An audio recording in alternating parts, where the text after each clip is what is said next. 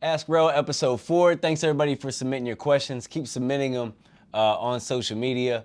Getting a lot of the same questions, but I think I'm gonna keep answering them regardless because sometimes it's different context, and I'll give a little bit more insight when I answer it another time.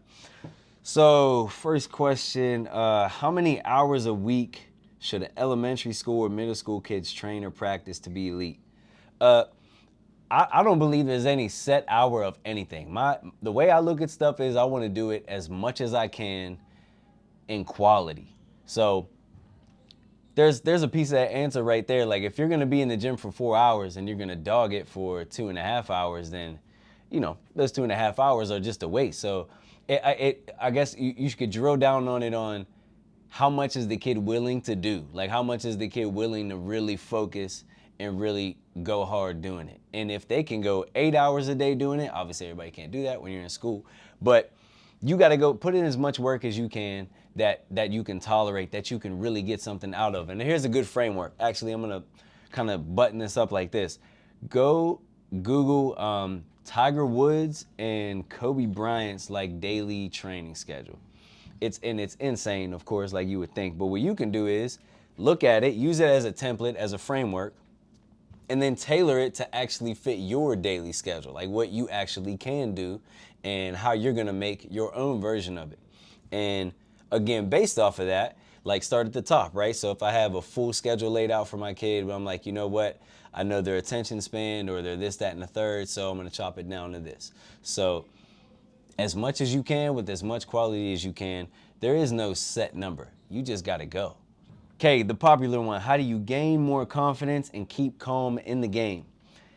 Just be logical about this. You need to try to be in that game scenario as much as you can. But that doesn't mean go play games. I think kids play too many games, which is what keeps them from even getting through that confidence barrier. So you need to practice as much as you can in those game scenarios.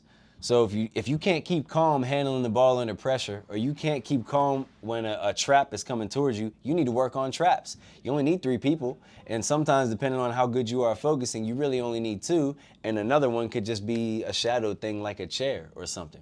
So you need to be put in those game scenarios in a small practice setting as much as humanly possible with great coaching and reinforcement in it.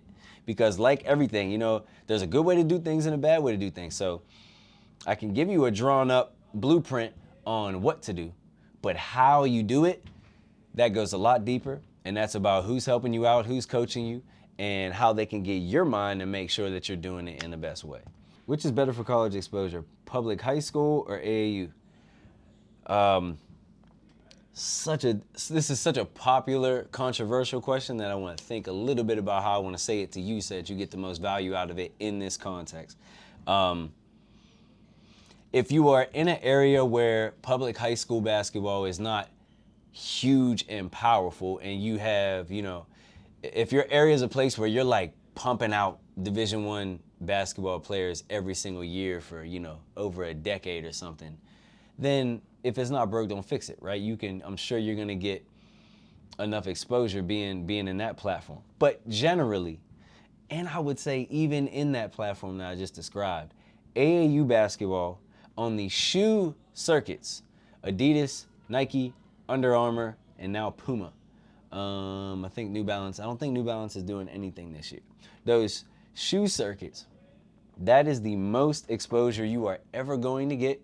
Because just think about it logically. You don't have to be a basketball guru. We're going to say, hey, we're going to have one tournament this week. We're going to have a tournament this weekend. It's going to be in Pittsburgh. And the top 100 kids in the country are going to be at this tournament. And this is also a weekend that just so happens to be in the live period in the NCAA rules where coaches are allowed to go out and physically get in the gym and watch kids play games, right? Obviously, you're going to get a whole bunch of those coaches that show up at that one time in that one gym, under that one roof, right?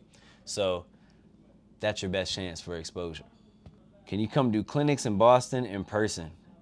Maybe one day. We have to get more people reaching out from Boston, and we'll make it worth it, and we'll make it work. Episode 4 of Ask REL. Thanks for your questions. Keep submitting them on the different social networks that you can catch REL Academy on, which is damn near all of them. Specifically, if you see up in the story on Instagram where we have the little Ask Question widget, plug that question in there, and I'll get to it as quick as I can with the best answer that I can. Hope you guys find some value out of it.